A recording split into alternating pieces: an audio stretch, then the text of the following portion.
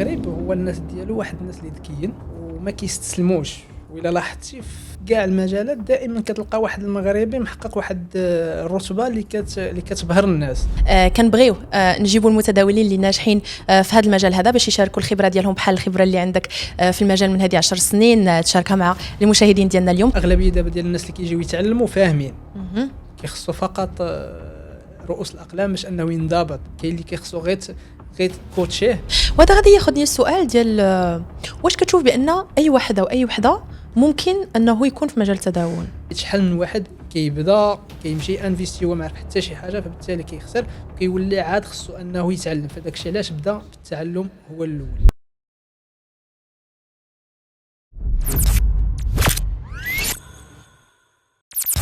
مشاهدي ألتيما، أهلا وسهلا بكم ومرحبا بكم في بودكاست ديالنا دائما ألتيما توكس اللي دائما كنصادفوا فيه المتداولين، وجوه جديدة طبعا. وهذه المرة ما عندناش وجه جديد، عندنا وجه تبارك الله ما شاء الله اللي عنده حضور قوي على مستوى السوشيال ميديا، واللي تبارك الله حائز على جوائز يعني كبيرة. واليوم معايا جلال القريني اللي منورني من مدينة فاس. مرحبا بك. شكرا الأخت فدوى، وكنشكرك على الدعوة وعلى الاستضافة. كنشكروا إلتيما كذلك على هذه الالتفاته انها كتقدم بحال هذه الفرص باش اننا كنقدروا اننا نستافدوا من بعضياتنا، نقدموا نصائح للناس اللي باغيين يبداو في المجال، وهذه فكره جد رائعه. تبارك الله عليك، شكرا بزاف حيت قبلتي الدعوه. وطبعا فاش كنهضروا على الجوائز فانا يعني فخوره انه مغربي تبارك الله في 2024 عفوا حصلتي على افضل متداول في المغرب، والجائزه الثانيه واللي هي كانت في 2025 واللي هي افضل 50 متداول من افضل 50 متداول في الشرق الاوسط والخليج. نعم بالفعل في 2024 كنت توجت كافضل متداول مغربي، كان هنايا نيت في كازا. وعلى التوالي في 2025 كنت كذلك توجت كواحد من بين أفضل 50 متداول ومقدمي خدمات الوساطة المالية في الشرق الأوسط والخليج. كان هذا التتويج هذا كان في دبي، والحمد لله احنا دائما كنحاولوا اننا نقدموا شي حاجه اللي تكون مزيانه وتفيد الناس اكثر، باش هكذا الانسان ربي كيبارك ليه. كاينه واحد الفكره كتروج، ما عرفتش واش صحيحه ولا لا، ولكن راه المغاربه في مجال التداول صعاب كيف كنقولوا، يعني حاضرين وقويين، زعما لا بيرفورمانس ديالهم بالمقارنه زعما مع دي تريدر زعما المستوى ديالهم كبير. واش كتفق مع هذه النقطه هذه ولا عندك تحفظ؟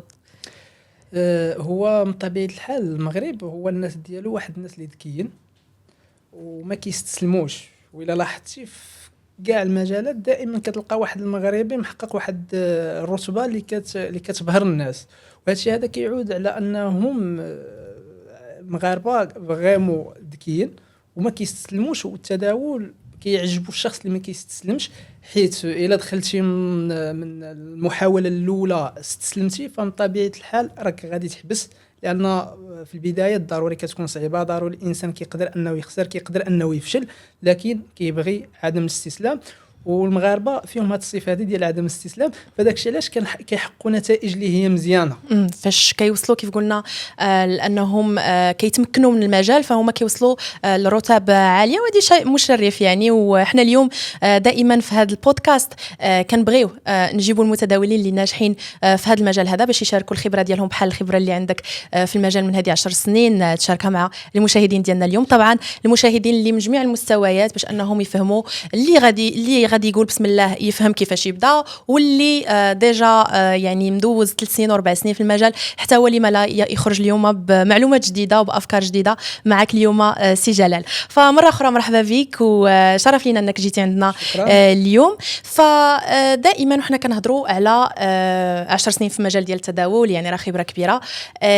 رجع معنا شويه الاول، يعني كنهضروا في 2016 فاش بديتي، فشنو اللي خلاك تبدا مجال ديال التداول؟ واش انت اللي اختاريتي التداول او التداول اللي اختارك؟ من طبيعة الحال البدايات أنا اللي اختاريت التداول، وما كانتش البداية في 2016، فهي كانت قبل بشوية. غير هو كان في البداية كنت ديك الساعات كنت باقي كنقرا، من طبيعة الحال كنت باقي صغير، كنت مازال كنقرا، مازال بزاف د الحويجات كنت كنبدا انني نتعلم، ما كنلقاش المعلومه، ما كنلقاش داك الكوتش او الجيد اللي غادي يعاونني باش يقيدينا حتى نمشي مزيان. فكان دائما نبدا نحبس، كنوقف على شي معلومه ما كنلقاهاش، فبالتالي كنضطر كنحبس. من بعد في 2016 فهنا كنت قدرت انني ناخذ التداول كمهنه ونقدر انني نعتمد عليه ونحقق منه نتائج اللي مزيانه.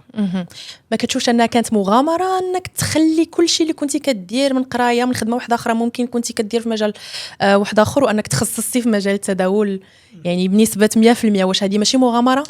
وبالنسبه التخصص 100% ما كانش في 2016، كان من بعد، لان في 2016 خديته غير كمهنه نقدر نعتمد عليها كيف ما قلت لك. فانا كنت كنداول، ولكن من بعد كنت كنديرو اون باراليل حويجات وحدين اخرين حتى من بعد واحد 3 سنين فلقيت انني عندي نتائج كبيره وكنحقق نتائج مزيانه. وإلا خصصت حتى الوقت اللي كنضيعه في حوايج اخرى فكنت كنشوف انني نقدر نمشي بعيد. فهذا هو السبب اللي خلاني انني ناخذ ريسك، حيت كنت شايف النتيجه. ما جيتش وانا داخل شي حاجه اللي ما شايفاش، يعني شفت النتيجه فقط كان كيخصني انني نزيد نعطي وقت اكثر باش نحقق نتائج اكبر. رائع. وكتهضر على 3 سنين باش يعني وثقتي في راسك انك كيف قلتي تخصص بنسبه 100% في المجال ديال التداول. السؤال ديالي هو شنو هو السر ديال هذا النجاح ديالك في مجال ديال التداول اللي خلاك انك يعني اعترف بك كافضل متداول لا سواء في المغرب سواء برا المغرب؟ فشنو هو السر؟ شنو هي الخلطه اللي كتبعها؟ هو ما كاينش سر، ما كاينش سر، ولكن ممكن نقول واحد الحاجه اللي ممكن تكون هي صراحه اللي تخلي الانسان ينجح او تخليه يستمر، وهي الصبر. لان الصبر فريمون كيعاون بزاف، خصوصا في الدومين، حيت ملي كندخل انت مور شارت او مور واحد المجموعه ديال لي زيكرون كتبدا خدام، يعني كاع الارقام اللي كتكون كتشوف هي عباره على فلوس. فبالتالي الانسان اغلب ديال الناس هنايا كيدخلهم شويه الطمع، ما كيقدروش انهم يتحكموا، كيبغيو يربحوا بسرعه. فبالتالي هذا الشيء هذا ما كيقدروش انهم يمشيو بعيد، ما كيقدروش انهم يستمروا، ملي كيدخلوا في داك الهاجس ديال ان خصو يربح بسرعه. لكن ملي كيكون الصبر الانسان كيمشي ابوتي با حتى كيوصل، كيحقق نتائج اللي هي مزيانه، كيحقق انجازات اللي هي كبيره. فاش كتقول الصبر كتقصد زعما الصبر انك حتى لو شفتي ارباح اللي هي صغيره ولكن تصبر، زعما ما تبغيش الربح السريع كيف ذكرتي. هذا هو النقطه اللي شرتي لها ديال الصبر. ان الصبر بمعنى انك ما تبغيش انك انت توصل لواحد الرقم او تحقق الاحلام اللي عندك في المخيله ديالك بعد شهر ولا بعد سنه. مع العلم انه زعما كنشوفوا هادشي كيتروج له ولكن يا اما يكونوا جوج الحوايجات، يا اما داك الشخص اللي باغي يحقق ارقام كبيره هو من الديبار بادي بواحد لو شيفر اللي هو كبير، يعني داك الكابيتال ديالو فبالتالي العائد ديالو فبالتالي العائد اللي هو كبير، او كنقولوا زهر. كاين زهر يعني في التداول؟ ممكن زعما ولكن ماشي ديما كيصدق. يعني انت راك هنا كتغامر، هادشي ريسكي، يا اما تصدق يا اما ما تصدقش. فبالتالي نبعدوا على الزهر ونبعدوا ان الانسان يلاه بادي من طبيعه الحال ما عندوش واحد المبلغ اللي هو كبير، فبالتالي خصو يصبر. وبالنسبه للتداول واش كتشوف انه خاص الواحد يبدا بمبلغ محترم باش يقدر يعني يوصل لنا، ماشي يوصل ولكن خاصو يبدا بمبلغ محترم، او لا بالنسبه لك اي مبلغ فهو مزيان كبدايه؟ كبدايه من طبيعه الحال المبلغ الاول اللي غادي يبدا به، يعني الانسان راه كيبدا كيتعلم به. لان لا جينا نشوفوا اغلب لي تريدر راه ما لقاوش شي تريدر المبلغ او الكابيتال الاول اللي بدا به راه حقق به نتائج اللي هي كبيره. تقريبا اكثر من 99% ديال لي تريدر اللي ناجحين، ماشي اللي فشلوا ما ولاوش بداو. فبالتالي المبلغ الاول كبدايه ماشي مشكل، ممكن انه يكون قليل، ممكن انه كذا قادر، انه اهم حاجه انه يكون قادر انه يريسكي به ويخسروا ما عندوش مشكل. من بعد ملي كيشوف راسو هو صافي راه كيحقق نتائج، كيحقق دي صوم او دي بينيفيس اللي هما مزيانين، ديك الساعه راه كيحتاج كابيتال اللي هو مزيان. على ذكر هذه النقطه اللي قلتي، زعما فوقاش الواحد يقدر حتى هو يغامر ويقول صافي انا ما بقيتش محتاج لا الخدمه ولا حتى حاجه اللي كنديرها دو كوتي ونقدر نركز بحال اللي درتي، يعني من بعد شحال الوقت باش خاصو يشوف هاد لي ريزولطا باش يقدر يدير هاد الاختيار؟ هذا الاختيار كيبقى على حسب كل واحد والوضعيه ديالو. كاين الناس اللي كيكونوا مزوجين عندهم وليدات، كاين اللي تابعوا الكرا، كاين اللي كذا، كاين اللي واحد كما كنت انا في الوضعيه ديالي مازال ما مزوج، ما عندوش مسؤوليه، ما عندوش حتى شي حاجه، فبالتالي الوضعيات كتختلف. ما يمكنناش نحكموا على هذا بحال هذا، لان داك السيد اللي مزوج وعنده مسؤوليه يعني لا شي شهر بيان دخلش سور راه مشكل. اكيد عكس الاخر الا ما ربحش راه ما مم. هاني يعني يمشي لدارهم ياكل ويشرب اكزاكتومون فهمتي. فبالتالي كتختلف الوضعيه، لكن في كلتا الحالتين ان على الاقل يكون ربح من المجال ماشي من دومين واحد اخر، يكون ربح من نفس الدومين ما يكفيه لسنه يعني كنهضروا على 12 شهر على خصو 12 يكون شهر. شاف الرباح.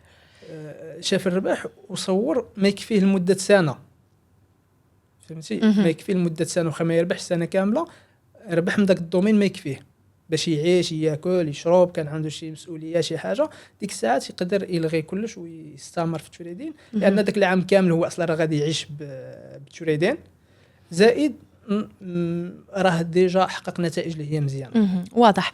واخا وحنا طبعا كيف بغينا نستافدوا منك ومن الخلطه اللي دائما كنحاول انني نوصل معاك، شنو هي الخلطه اللي خلاتك توصل تبارك الله لهذا النجاح اللي هو مستمر ما شاء الله، شنو هي الاستراتيجيه اللي كيعتمدها جلال؟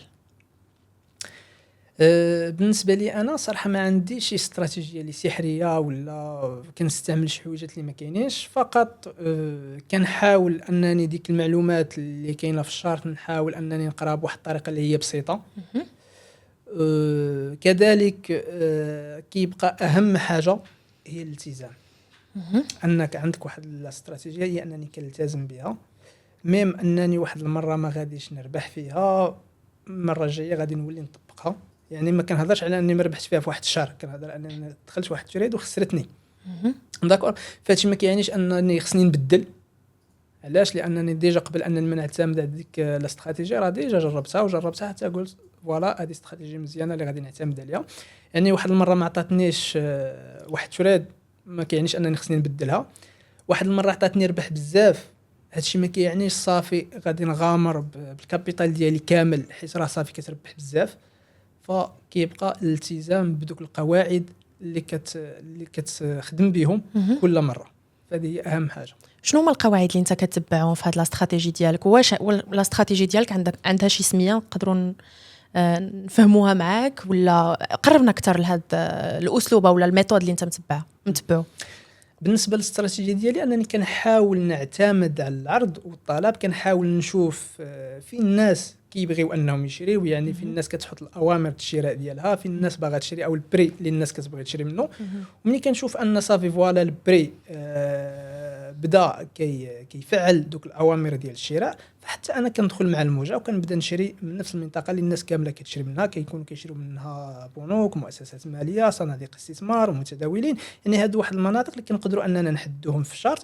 وهنا كندخل انا مع السوق عاوتاني في البيع نفسي، كنشوف فين الناس كتحط الاوامر ديال البيع ديالها، وكنحاول دائما نتبع السوق.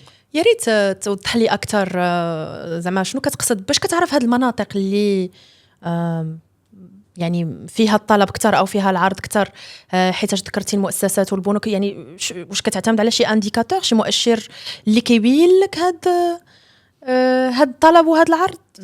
هما في الشارت كاينين دي شارت اللي كنقدروا اننا نشوفوا فيهم الاوامر في كل بري، شحال من امر ديال الشراء وشحال من امر ديال البيع محطوط. وهكذا كنقدروا اننا نعرفوا شحال الناس باغيين يشريو او شحال من كونطرا باغا تباع تما ولا شحال من كونطرا باغا تشرى. زائد من طبيعه الحال كنعتمد على بعض لي زانديكاتور، ومن بينهم هو ويليامز، هذا واحد الانديكاتور اللي هو معروف. فهذا فقط كناخذوا ككونفيرماسيون فاش كنبغي انني ندخل. لكن كتبقى اهم حاجه هو بالنسبه للاوامر ديال البيع ولا ديال الشراء كيفاش كنقدروا اننا نعرفوهم. فمن طبيعه الحال كاينين دي استراتيجي بحال الاوردر فلو اللي كنقدروا اننا نشوفوا فيهم هاد الاوامر كل بري فين محطوطه شحال من كونطرا باغا تباع وشحال من كونطرا باغا تشرى. فهنا كنقدروا اننا نعرفوا هاد الاوامر هادو فين كاينين وشحال الاوامر كما قلنا في كل بري. وكذلك بالنسبه للانديكاتور فمن طبيعه الحال عندي بعض لي زانديكاتور اللي كنعتمد عليهم. بين اهم المؤشرات هو ويليامز. هو فقط كناخذو باش كناخذ الكونفيرماسيون ديالي واش غادي ندخل ولا لا. هذا المؤشر هذا يا ريت تقربنا منه اكثر، يعني شنو كيوضح لك هذا المؤشر ديال ويليامز؟ شنو كيوريك بالضبط؟ بالنسبه لهذا المؤشر انا كنعتمد عليه فقط باش كنشوف داك التشبع الشرائي او كنشوف داك التشبع البيعي، بمعنى ان البري كيقدر انه يكون عندنا غادي في الصعود، وانا كنتسنى باش انني نبيع. فالناس كتبدا تشري. فاش كان الناس كتعيا من الشراء صافي حتى واحد ما كيبقى باغي يدخل، شنو غادي يولي يولي يبيع. يعني البيع. الناس اللي شرات غتولي تبدا تبيع. دونك هو كيعطينا انه وصل واحد التشبع شرائي وصافي ما بقاتش الناس كتشري وغادي يولي البيع. ملي كيعطيني هو ديك لا كونفيرماسيون صافي راه ما بقاش الشراء يولي البيع، ديك الساعات كندخل معاه انايا باش كنعرف ان فوالا الناس راه بدات كتبيع. نفهم من كلامك انك كتسكالبي ولا شمن نوع متداول انت؟ انا كنديرهم بجوج. عندي مثلا السوين كنخدم في الاول الاسبوع، كنقدر انني نشوف كاع لي مارشي اللي غادي نخدم فيهم، شنو الفرص اللي غادي يكونوا. وكتريدي ولا لا نهار اثنين؟ نهار اثنين كنقدر انني نسكالبي. يعني بالنسبه للسوين كيف ما قلت لك كنقدر انني نوجد الفرص اللي غادي يكونوا. اين فوا كتوصلني واحد نوتيفيكاسيون ديال التريد ديالي راه واجده، كندخل كتاكد منها وكنفذها. بالنسبه للسكالب فهنا كنحاول نختار سيسيون اللي كتناسب الاستراتيجي ديالي بالنسبه للسكالب، لان كما كنعرفوا كيكون واحد السرعه في اتخاذ القرارات. يعني ستريس كيكون ستريس على وكيكونوا دي تريد بزاف، كيكون ريسك خصو يكون مضبوط لان كيكون شويه ريسك طالع، فكيخص الانسان ينتبه بزاف. فبالتالي هنا كنختار سيسيون اللي كتكون كتناسبني وصافي ديك الوقيته اللي هي غالبا بهذه الاستراتيجيه اللي انت معتمدها في سكالبين خاصه.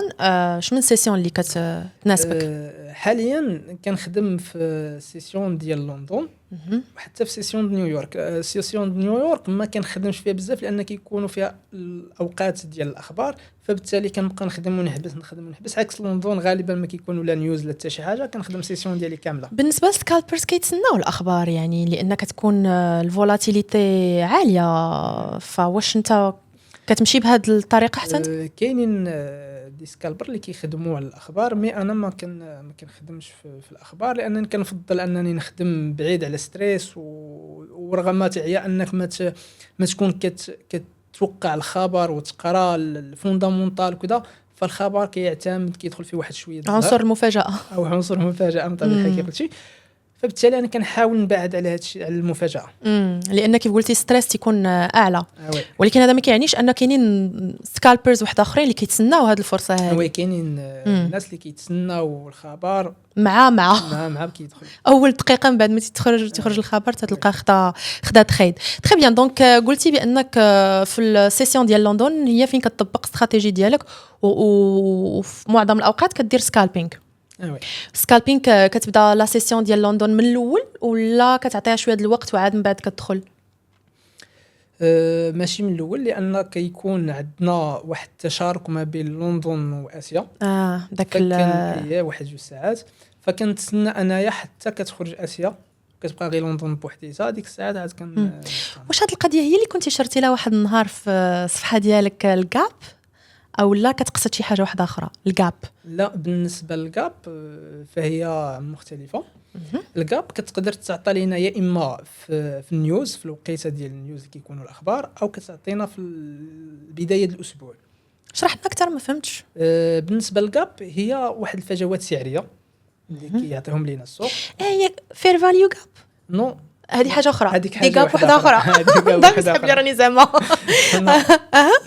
بالنسبه للجاب كيف ما كنعرفوا مثلا حنا في نهايه الاسبوع مثلا نهار الجمعه كيتسد المارشي كنساليو، ولكن في الفوندامونتال العالم ما كيحبش. دائما كاينه حروب، دائما كاينه اخبار اقتصاديه، اخبار سياسيه، يعني وهاد الاخبار هادو كتاثر كيف ما كنعرفوا راه كتاثر على المارشي.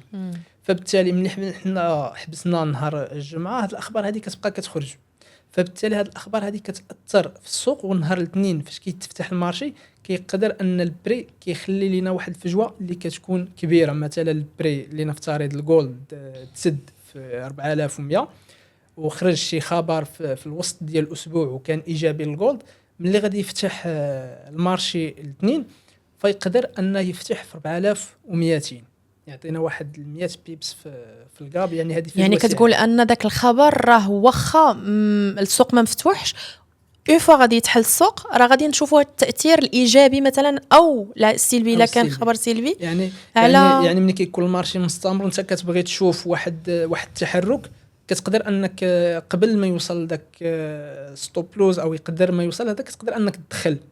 لكن فاش المارشي كيكون مسدود ان فوا كيتفتح بداك الفجوه سعريه صافي اوتوماتيكمون كيمشي لك.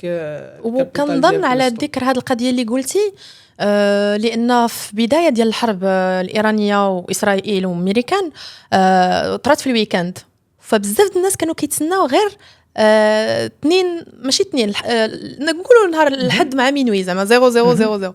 واش حتى انت كنتي كتسنى المارشي بهذه الطريقه ولا حاولتي انك حيتاش كيف قلتي واش هذا هو الجاب زعما قصدك؟ بالنسبه هي خصوصا مع هاد الحرب الحاليه اللي كاينه بين ايران اسرائيل وامريكان تقريبا كل اسبوع كنشوفوا جاب ملي كيكونوا لي مارشي ستابل خصوصا في العهد ديال بايدن. وي كانت واحد الهدنه، يعني كانوا الاسواق كيتحركوا بواحد الوتيره اللي كانت قليله، ما كانوش واحد التهور ما كانش واحد قرارات اللي مفاجئه كيف قلتي تحركات اللي قويه. فكنا قليل الاسبوع اللي كنشوفوا بحال هاد لي كاب هادو، لكن في العهد ديال ترامب فكيكونوا قرارات حيت ترامب كيعطيو تحركات اللي عنيفه كتكون. يعني جلال ديما عينو على الاخبار كنظن في الويكاند، يعني وسط الاسبوع انت مركز على كنظن تحليلك الفني، وفي الويكاند كتقلب الفوندامونتال تشوف شنو هما الاخبار اللي كاينين باش كيف قلتي كتوجد تشوف هذا الجاب هذا تشوفها في السوق اللي كتشتغل عليه في بدايه الاسبوع. بالنسبه للاخبار او بالنسبه ما كيتشافوش غير في الويكاند، وانما كنحاولوا دائما نكونوا على اطلاع بالاخبار اللي جايين، مثلا اللي عندنا هذا الاسبوع اللي عندنا هذا الشهر، خصوصا الاخبار القويه حنا كنكونوا عارفينها بحال سي بي اي ان اف بي هادو خلاص راه كنكونوا عارفين التوقيت ديالهم. زائد بالنسبه للاخبار اللي كتكون مفاجئه فدائما كيخصك تكون انت على اطلاع لي نوتيفيكاسيون دائما اخر الاخبار، باش دائما سواء في الويكاند ولا من غير الويكاند في وسط الاسبوع كتكون دائما على اطلاع باش تعرف كيفاش تتصرف. في اغلب الاوقات كيكون عندنا دي توليد مفتوحين، فما يمكنش انت عندك صفقات مفتوحه وانت غادي تمشي هاني. وقعت لك شي مره كنتي فاتح شي صفقه وسمعتي شي خبر وقلتي هذا لا خصني نسد الصفقه دابا، زعما سمعتي شي خبر مفاجئ لان انت كنتي معول ان غتخلي الصفقه ديالك محلوله، داير ستوب لوس ديالك، داير تيك بروفيت ديالك، ولكن سمعتي شي خبر قلتي لا خصني نسد الصفقه؟ هما صراحه بالنسبه للاخبار القويه غالبا فاش كيخرج كيكون في هذا الحال، خصوصا ملي كيكون خبر قوي كتكون انت حاط ستوب لوز حاط تيك بروفيت، يا اما يجي في الصالح ديالك يخرجك رابح ولا يجي ضدك غادي يخرجك خاسر. فداكشي علاش قبل الخبر خصك انت تكون متاكد من القرار ديالك انك غادي تستمر بديك الصفقه، واش غادي تكمل بها تخليها مفتوحه في الخبر ولا غادي تسدها قبل. وكنظن هنا فين كتجي ضبط النفسيه، لان كنعرفوا العامل ديال الخوف وحتى الطمع هو اللي كيحرك اي متداول او انسان بشكل عام يعني. فهنا فين كتجي ضبط النفسيه كيف ذكرت لك؟ من طبيعه الحال النفسيه كتجي هنايا ان الانسان خصو يتحكم في النفسيه ديالو ويتحكم حتى في المشاعر ديالو كما قلتي انت ديال الخوف ديال الطمع، باش هكذا دائما ياخذ قرار سليم، ما يحاولش يتاثر بدوك لي سونتيمو ديالو. وهنا ان فوا كتبدا تطبق قرارات اللي سليمه خاليه من العاطفه فالقرارات ديالك تكون صحيحه، فقط خص تكون مبنيه على معلومات اللي مزيانه واللي خديتيها تكون حديثه. في اطار التحليل ديالك واش كتعتمد انك تضرب ليله على الفيكس على مؤشر الخوف، ولا ما كتحاول زعما تشوف كيفاش غادي لو سنتيمون زعما في المارشي؟ ولا بالنسبه هذا المؤشر هو مهم خصوصا مع بدايه ديال كل اسبوع، باش لان هذاك مؤشر الخوف هو كيعطيك واحد النظره مستبقه على الاسواق، خصوصا الناس اللي كتخدم في الاسهم الامريكيه بحال ناسداك هذا، فكتعرف الحاله ديال المستثمرين كيفاش دايره، لان دوك الاسواق شكون اللي كيحركوهم ناس. فملي كتشوف انت داك المؤشر هو كيعطيك بعدا واحد النظره استباقيه على الناس باش كتحس، وهنا كتقدر تاخذ قرارات اللي كتكون مزيانه. دابا انا اللي بغيت يعني من باب الفضول وانني نعرف كيفاش كتكون لا روتين ديالك. نقولوا 2 في الصباح انت فقتي درتي القراءه ديالك، درتي التحليل ديالك، قلتي كتعطي سويعه هاد المكانه في لندن سيشن ياك، ها انت حليتي تشارت، سير معنا وحده بوحده. كتمشي اول حاجه كتاكتيفي ولا كيكون ديجا عندك ماكتيفي الانديكاتور ديال ويليامز اللي هضرتي عليه، ومن بعد كتشوف فيكس. انا تنقول لك لا روتين ديالك قربنا اكثر. الو بالنسبه لهاد القضيه هذه كما كنشوفوا في لي ريزو سوسيو، راه بزاف د الناس كيسحبهم لي تريدر ان عندهم واحد الروتين زوين، كيفيق الصباح بواحد الانرجي زوينه، كيمشي يفطر، كيمشي يتريني. شو بغيتي تقصد زعما المتداول كيفيق خاسر زعما؟ نو ماشي كيفيق خاسر، وانما عندهم واحد الروتين اللي كيتعاود، كيكون فيه واحد ستريس، كيكون فيه حتى الروتين ديالهم صعيب. كيقدر بعد شي مرات كيعيش واحد ستريس اللي ما ياكلش. الناس مثلا الا كان عايش مع دارهم، راه هما غيتغداو وغيفطروا، هو ما غيفطر، ما غادي يتغدى. على حسب الحاله ديال السوق كيفاش دايره. المتداول كيكون مع حاله السوق كيفاش دايره، والحاله ديال الوالت ديالو شحال طلعت ولا شحال هبطت. دائما كتكون الروتين ديالو والحاله ديالو كتعتمد على هذا الشيء هذا، يعني الحاله النفسيه ديالو.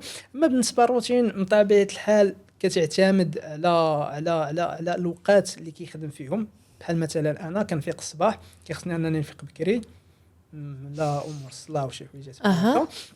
من بعد كيجي انني خصني الوقيته مثلا ديال 8 الصباح نكون بري، نكون واجد، كنشوف الاخبار، كنشوف شنو كاين. من بعد ملي كتخرج الجلسه نتاع اسيا كتبقى لندن، صافي كنتسنى واحد 10 دقائق حتى نص ساعه. علاش تحديدا 10 او نص ساعه؟ حيت هنايا كيكونوا خرجوا المستثمرين الاسيويين، بقاو غير الجلسه د لندن، فبالتالي كنشوف شنو الحركه ديالهم من بعد. يعني ممكن ان فاش كتكون الحركه مشتركه ما بينهم بجوج، ممكن الاخرين كيشريو والاخرين كيبيعوا، ما كيبان لكش واحد ما مفرزهمش. وغالبا في هذوك جوج سوايع او ثلاثه اللي كيكون هما مشتركين فيها كيكون واحد التذبذب، ما كيكونش البري قابض واحد لا ديريكسيون، كيكون فقط واحد الرانج كتسمى برانج، ان البري كيرانجي في نفس البلاصه. فبالتالي ملي كيخرجوا هما كنحاول نفهم لندن فين غادي نمشيو في الاتجاه، تما كنبدا نفاليدي لي توريد ديالي او كنبدا نيكزيكوتي لي توريد ديالي. يعني ماشي مباشره من بعد كيف قلتي 10 دقائق او حتى 30 دقيقه، حتى كيف قلتي كتفرز وكيبان معاك فين غادي لا ديريكسيون ولا التوجه ديال السوق، وعاد ديك الساعه كتاخذ لي تريد ديالك. في سكالبين شحال تقريبا من تريد كتقدر تاخذ؟ بالنسبه للسكالبين كناخذ بزاف. شحال تقريبا؟ صراحه ما حاسبش حيت بزاف، ولكن اقل حاجه نقدروا ناخذوا 100 تريد. 100 تريد في شحال المده سكالبين؟ يعني المده النهار. يعني نهار كامل وانت لا ماشي نهار كامل، كنخدموا كيف ما قلت لك. اسمح لي باردون. وي الجلسه مثلا نخدم واحد 6 سوايع ماكسيموم. 6 سوايع وانت كتسكالبي؟ 6 سوايع ومتفرقه، ماشي كتجلس 6 سوايع وانت جالس كتخدم واحد مثلا واحد تجلس قدام الشار، كتبقى خدام واحد ساعتين ماكسيموم، كتنوض كتمشي تبدل الجو باش ما تبقاش متبع واحد لا ديريكسيون، لان السوق كيتغير. فبالتالي انت ملي كتكون جالس قدام الشار، وهذه نصيحه لكاع لي تريدر، انك فاش كتكون قابض واحد لا ديريكسيون وخدام فيها، فراه غالبا داك الا كنتي قابض انت الاتجاه مثلا في الصعود، ميم ان البري كيعكس يولي يعاود الهبوط، انت كتبقى مأثر انك خصك غير تشري. فبالتالي حاول دائما خاص تبدل، تحاول تنسى دوك الشيء اللي بديتي به الصباح. ما عرفتش كيفاش غادي نشرحها لكم، ولا نتمنى تكون وصلت يعني الفكره. يعني تبدل داكشي اللي كتشوف، تبدل داكشي اللي قدام عينيك، تبدل باش عاوتاني تعطي نفس اخر، انك تعطي نفس اخر باش تجدد الافكار ديالك. لان الناس كتبدا تشري واحد الوقيته كتوصل واحد التشبع شرائي، الناس تولي تبيع، انت كتكون مازال متاثر بالشراء، فكتبقى غير تشري، ما كتردش البيع، راه غادي يولي البيع. هذا بالنسبه للسكالب. اما بالنسبه للدراري كيخدموا سوين كان ما كيكونش عندهم هذه القضيه هذه. لان كيف قلتي الواحد كيكون داخل كيبقى غير كيشري كيبقى غادي في هذا الاتجاه، وبعد مرات تيكون خصو يبيع بدل ما يشري. فبالتالي خص كل مره خص الانسان يعاود يجدد الافكار ديالو، يعاود يدير واحد التحليل، لان حنا كنخدموا على دي فريم اللي هما صغار، كنخدموا على واحد الاطر زمنيه صغيره، وكناخذوا قرارات صغيره وسريعه. سريعه. فبالتالي دائما خصك تجدد الافكار ديالك وتشوف شنو واقع. راه ما غاديش يبقى معاك الشراء معناتها ان هاد 6 ساعات اللي قلتي تقريبا، يعني متوسط الساعات اللي كتدوزهم في النهار، واش ممكن تخلي شارت في البيسي وتبقى تشوف التليفون ديالك، ولا انت ماشي مع هاد الطريقه ديال التريدينغ؟ ممكن تسويفي في التليفون، مثلا انت التحليل راه كيكون في البيسي مثلا شتي كلشي قدامك، لان كنشوفوا بزاف ديال كنشوفوش غير حاجه، كنشوفوا بزاف ديال لي شارت، كنشوفوا مجموعه من الاشياء باش كنقدروا نديروا واحد لي كالكول. من بعد خدينا الاوامر ديالنا، تقدر انك تراقب في التليفون ماشي مشكل. اما باش تعتمد على التليفون 100% بالنسبه لي انا صعيب. كانوا ناس وحدين اخرى كيقدروا يعتمدوا. صعيب من ناحيه حيتاش زعما شنو ما يمكن لكش تشوف تشارت تبين لك زعما بوضوح ولا حيت كاينين بزاف ديال لي زيكرون اللي كتخصك انك ترد معاهم البال. التليفون فيه غير اكرون وحده وصغيره. اسمح لي ما سولتكش على شنو هما بعدا لي انسترومون اللي كتعتمد عليهم، شنو هما اللي كتريديهم؟ بالنسبه لي انا كنحاول انني نعتمد بالنسبه للسكالبين كنعتمد على الجولد، وبالنسبه للسوينغ فكنخدم في الجولد كذلك، وكنخدم حتى في الفوركس. الازواج العملات تقريبا كاع الازواج اللي فيهم الدولار، وكذلك كنخدم على الجي بي بي جي بي واي. علاش تحديدا هاد الزوج؟ هاد الزوج حتى هو في واحد الفولاتيليتي اللي مزيانه وستابل نوعا ما، وكيكون فيه سبريد زوين. غالبا كنلقاو فيه سبريد زوين. وبالنسبه للمؤشرات ناسداك داو جونز اس ام بي كتريديهم ولا؟ ما كنخدمش فيهم حيت انا كنكتفي بهذا الشيء هذا. ما صافي كنحقق منهم داك النتائج اللي كنبغي انا نحقق. ما كدورش تشوف جهه اخرى. كنشوف ممكن كنشوفهم من باب حب التطلع، ونكون كيفاش داير شنو واقع في السوق، شنو واقع بحكم انك في ميم دومين كيخصك تكون عندك واحد طلع عارف شنو واقع في كاع لي مارشي. هذا هو ما كنخدمش فيهم. وحنا في هذه الفتره هذه اللي كنصوروا فيها البودكاست، الخبر اللي قائم زعما حاليا هو سبيس اكس اللي تا هو غادي يولي يعني جزء من مؤشر ناسداك. هادشي كيبقى واش غيولي اوفيسيال ولا لا، ولكن حتى هو غادي يولي تا هو انسترومون تقدر تريديه. واش عطاك واحد السبب او لا واحد الموتيفاسيون باش انك تتريدي شي حاجه جديده، ولا غير مهتم؟ بالنسبه ماشي غير مهتم 100%، ولكن من ناحيه من طبيعه الحال عندي فضول انني نشوف. حيت دابا كنشوفوا بزاف ديال المتداولين بزاف ديال المستثمرين كيتسناو هاد الكونفيرماسيون ديال هاد السهم هذا يتطرح في السوق. فبالتالي كنتسنى نشوف شنو غادي يوقع، خصوصا ان شركه كبيره بحال هذه والمؤسس ديالها هو واحد الشخصيه اللي معروفه يعني عنده واحد التاثير كبير.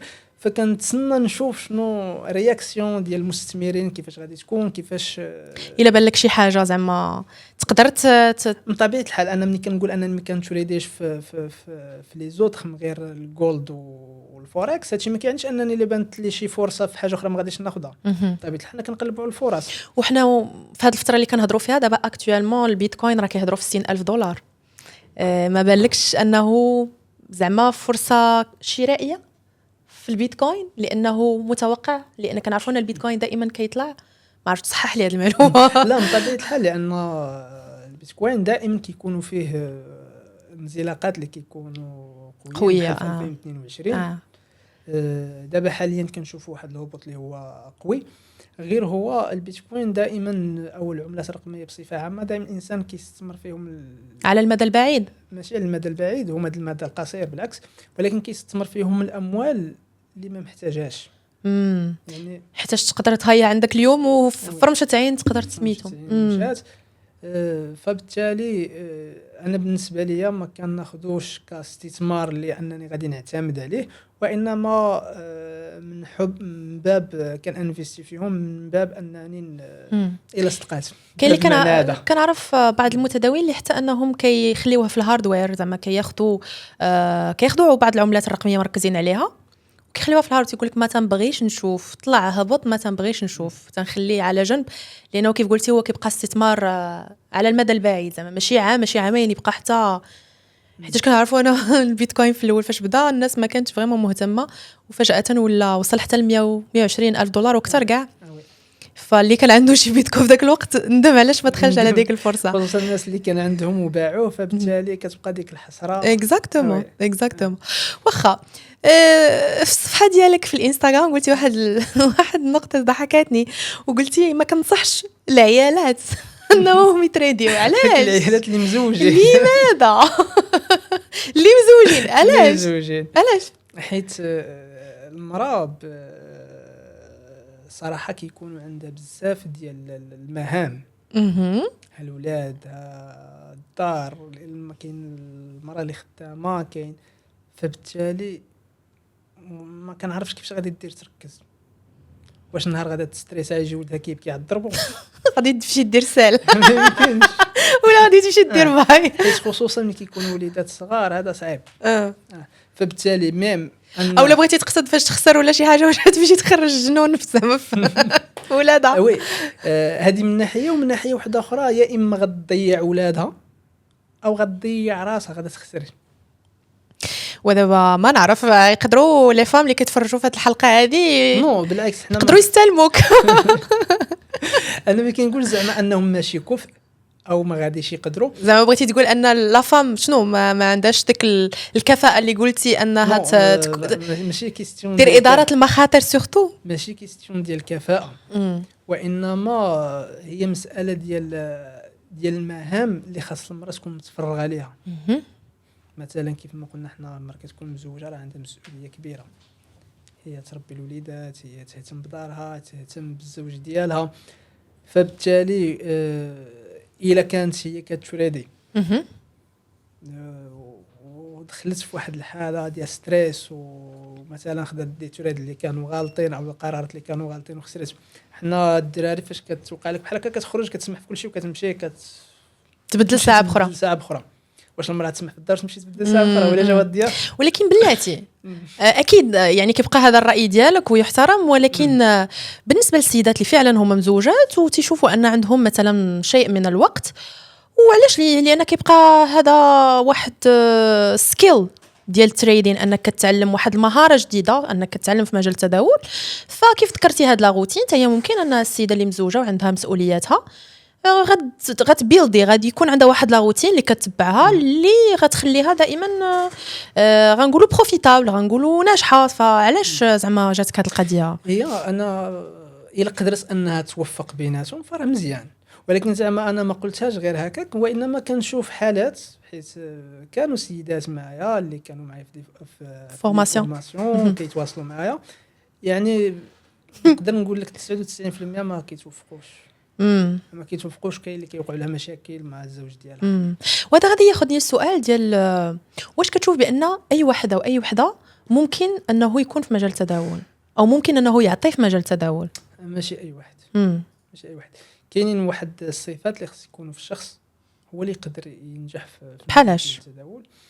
اول صفه هو ان الانسان خصو ما يكونش كيخاف. يعني هذا الخوف، كاينين واحد الناس كيكون عندهم خوف زايد على اللزوم. يعني فبالتالي التداول كيبغي داك الشجاعه، لانك انت كتوجد السيت اب ديالك، كتوجد كلش، ولكن باش تاخذ القرار وتدخل في واحد التريد الا كنتي كتخاف راك ما تدخلش. دائما كتبقى واخا انا ندخل حتى كتمشي الفرصه عمرك ما غادي تدخل. فبالتالي كيخص الشجاعه، خص الشجاعه، كيخص يكون الصبر وي بطبيعه الحال، لان الا ما كانش الصبر ان فوا كتدخل ديك التريد كيفاش غادي تجاريها؟ انت كتشوف مثلا فلوسك غاديه في الدرو داون، ولا انت الكونت ديالك غادي في الموا، واش غادي تقدر تصبر على من البري عاود يطلع؟ لان البري شحال ما هبط راه في الاخر غادي يولي يطلع، ولا شحال ما طلع راه غادي يولي يهبط، ضروري كيعطي واحد صحيح. فبالتالي الا ما كانش عندك الصبر ان فوا كيدخل في الخساره ما كتسناش انت السيت اب ديالك تلتزم بها، كتمشي كتسد. فبالتالي هنا دائما كتلقى راسك انت خاسر، ومن طبيعه الحال عاوتاني ملي كيدخل في الربح ان فوا كتاخذ غير واحد شويه د الربح كتمشي كتخرج، الوغ كان ممكن تاخذ ربح كبر، ممكن تاخذ اكثر. فداك الشيء علاش الصبر واحد الحاجه اللي خصها مهمه. دونك الشجاعه، الصبر، شي حاجه واحده اخرى هادو هما اهم. ما كيبانلكش الانضباط سورتو شي واحد فاش يكون ديسيبليني راه ديسيبليني، الا كان الصبر راه هو غادي تنضبط. الصبر غادي تنضبط او لا زعما حيتاش ممكن تكون صبور ولكن كنظن ان لا ديسيبلين زعما حاجه واحده اخرى. كنظن هي كتختلف من طبيعه الحال، الانضباط كيختلف، لكن كيعاون باش انك تنضبط، لان الا كنتي كتصبر صافي غادي تقدر انك تتحكم في الخوف ديالك، تتحكم في الطمع ديالك، كتبقى انك فقط خصك تحترم لي ريسك ديالك. شحال مثلا كتريسكي هنا كتبقى كيسيون ديال وحنا كنهضروا على الريسك مانجمنت او لا اداره المخاطر. شنو هي اداره المخاطر اللي كتبعها؟ بالنسبه لاداره المخاطر الصراحه انا كنشوف بزاف ديال الناس كيتبعوا واحد السيستم اللي ولا مؤخرا منتشر في الريسك مانجمنت اللي كنظن انه غلط. علاش؟ حيت كنشوف بزاف ديال الناس كيدخلوا في دي تريد والريسك ديالهم ما كيكونش مبني على واحد النقط اللي كتكون قويه في السوق، ان كيشوف واحد المناطق اللي خصو مثلا يخرج فيهم سواء بتي بي بربح او لا بستوب لوز، فقط كياخذ ان في كل صفقه غادي يربح الدوبل ديال الخساره، كيمشي بطريقه عشوائيه كيحسب شحال عنده الدوبل، مثلا كيحسب الربح 100% لنفترض، وغيدير 50% خساره يحطوا ستوب لوز وكيدخل بهذه الطريقه هذه.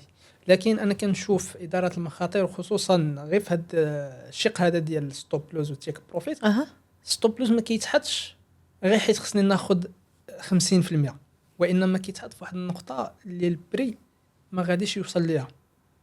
الا وصل ليها البري راه خصني نخرج حيت راه ما غاديش يعاود يرجع، وتما عاد كتجي الا وصل لهنا شحال غادي ندخل، او عفوا الا وصل لهنا شحال غادي نخسر. ومني كنعرف النقطه اللي البري ما غاديش يوصل ليها ولا وصل ليها خصني نخرج، فهنا كنقدر انني نحدد شحال غادي نخسر ونحدد الريسك ديالي كنحددو باللوت. فاش كتقول بانه خصني نحدد ستوب لوس في البري اللي ما غاديش يوصل ليه، اللي كنظن هذه اللي تتكون القراءه المسبقه اللي كتكون عارف راه ما غيوصلش لهذا البري هذا، ياك هذا هادشي اللي بغيتي تقصد؟ وي لان قبل انت كتكون ديجا كتوجد واحد تريد كتقلب على فين غادي تدخل، البلاصه اللي كيشريو منها الناس كيف ما قلنا في الاول. كتكون كتقلب على ديك لونطري منين انت غادي تدخل، لقيتي البلاصه فين غادي تدخل كاين احتمال ان البري غادي يعكس ما يعاودش يرجع، ولكن البري في الطبيعه ديالو انه كيمشي بالتذبذب، كيهبط يولي يطلع يهبط يولي يطلع. يعني انت كتشوف شنو البلاصه اللي ما غاديش يوصل ليها في التذبذب، وإلا وصل ليها راه صافي عكس عليك. يعني كتمشي ليها وكتحط فيها ستوب لوز ديالك، ماشي 50 على 100 ولا شي حاجه بحال هكا. داكوغ. وبالنسبه للتيك بروفيت شنو قلتي خاص يكون؟ تيك بروفيت من طبيعه الحال حتى هو كيعتمد على البلايص اللي انك صافي خص الناس كتشوفهم غادي يبداو يبيعوا فيها، انت كتحددها، يا اما كتحددها مسبقا، وغالبا راه كتحدد مسبقا. غير في بعض الحالات ان كاينين دي تريدر فاش كيوصل لواحد النسبه من الربح ما كيبغيش يخرج، خصوصا ان كيشوف البري مازال مكمل، كيلغي داك التيك بروفيت، كيطلع شويش لابا داك التي بي، وكيامن الصفقه ديالو وكيبقى مسويفي معاه، كيامن جزء من الصفقه ديالو. يا اما كيسد جزء من الربح او لا غير كيامنوا بالستوب لوز. داكوغ. وكيبقى مستمر في كلتا الحالتين مزيان. داكوغ. سواء اهم حاجه انه امن جزء من الربح، زائد انه بغى يزيد يستمر فراه مزيان. لكن ستوب لوز هو اللي خصو فريمون يكون محدد. يعني كتقول بانه تيك بروفيت تقدر تكون فيه كيف كنقولوا كاجوال، ولكن ستوب لوس راه خصو يكون ستوب لوس. شنو ما كان الحال خاص يكون ستوب لوس، ياك؟ بالنسبه للناس اللي انا هنا تنهضر معاك جاتني هذه الفكره ديال الناس اللي كيعتمدوا على الحدس في التريدينغ، شنو بان لك؟ بالنسبه للحدس ما غاديش ينجحك في التريدينغ، لان الحدس كيبقى مجرد العاطفه ديالك او المشاعر ديالك هما اللي كيعطيوك ديك احاسيس. انا كنحس انه هذاك فقط انت ملي كتدخل في واحد المرحله ديال انك الطمع كيبقى يقول لك راه دخل دابا، النفسيه ديالك او الافكار ديالك كيبقاو يقولوا لك خصك راه انا غادي البري غادي مثلا يرتفع فخصك تشري. فبالتالي الحدس والتريدينغ ما خدامينش. كنتي قلتي لنا بانك كتدير دي فورماسيون في هذا المجال، شحال بعدا وانت كدير هاد لي فورماسيون؟ لي فورماسيون انا صراحه ما بديتش كندير لي فورماسيون قديم، تقريبا 2020 ايامات الكوفيد، قبل شويه. داكوغ. قبل شويه فاش بدينا لي فورماسيون بديت كندير لي فورماسيون، ولكن كيكونوا فترات متقطعه على حساب انا واش انت زعما واش ديسپونيبل ولا ماشي كيسيون ديسپونيبل. فاش كنبدا نخدم مع واحد الجروب كنعيا، يعني خصوصا النهار كنكون انا كنتريد، الاوقات الفارغه ديالي كنخصصهم لي فورماسيون، وما يمكنلكش انك تبدا مع واحد الجروب وتقول له راني عييت، ما يمكنش. فبالتالي كتبدا مع واحد الجروب، كدير جروب الاول الثاني الثالث، لان الناس كيكون طلب، ما يمكنش انت قلتي كدير لي فورماسيون تقول لهم لا. فبالتالي كيخصك تسالي مع داك الفوج كيخصني ناخذ واحد القسط من الراحه نرتاح شويه صافي بدل النفس بعد كيف عاوتاني قلت. كتجي ديك كتشوف راسك انك قادر تخدم مع ناس، وهذه حاجه زوينه انك تكون عندك واحد التاثير ايجابي انك تعلم ناس.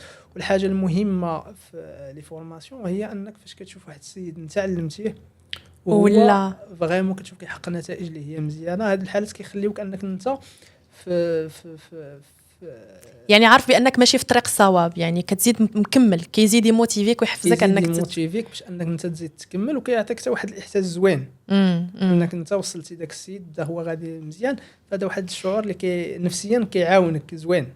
وحنا كنهضروا على بديتي لي فورماسيون، يعني قلتي في 2019 2020 تقريبا بحال هكا، يعني كنهضروا قبل ايامات الكوفيد بشويه.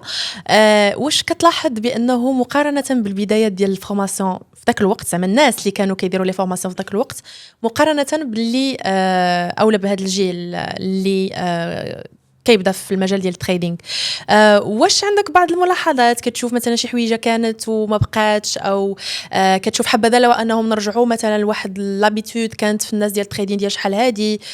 شنو هما الحويجات اللي تبغيت تشاركهم معنا اليوم؟ بالنسبه كاين واحد الاختلاف في الطريقه ديال التعلم، لان الناس اللي كانوا كيتعلموا شحال هادي ماشي هما الناس اللي باغيين يتعلموا دابا، خصوصا الجيل الجديد. اما الجيل اللي كبير هذا مازال تقريبا نفس الشيء. علاش؟ لان دابا ولا الاي اي ولاو بزاف ديال الطرق اللي الناس ولات كتعلم بهم. اغلبيه دابا ديال الناس اللي كيجيو يتعلموا فاهمين، كيخصو فقط رؤوس الاقلام باش انه ينضبط. كاين اللي كيخصو غير كوتشيه او تعطيه الطريق منين يمشي، هو ديجا فاهم. فهمتي شحال هذه لا الناس كيجيو ما عارفين حتى شي حاجه، كتشرح ليه من الخشيبات. دابا اغلبيه الناس اللي كيبغيو يتعلموا كيكون ديجا فاهم، ديجا عارف شحال من حاجه.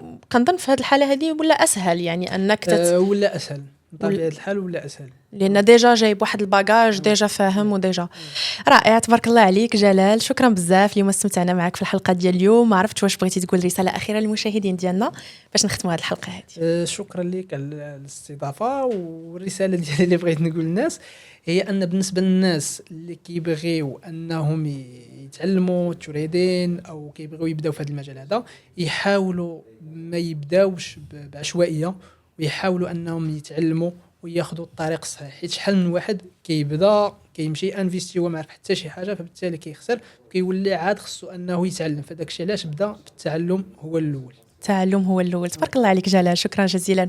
مشاهدينا وصلنا لختام هذه الحلقه، ودائما كنضرب لكم مواعيد في حلقه واحده اخرى مع تريدر واحد اخر في التيما توكس.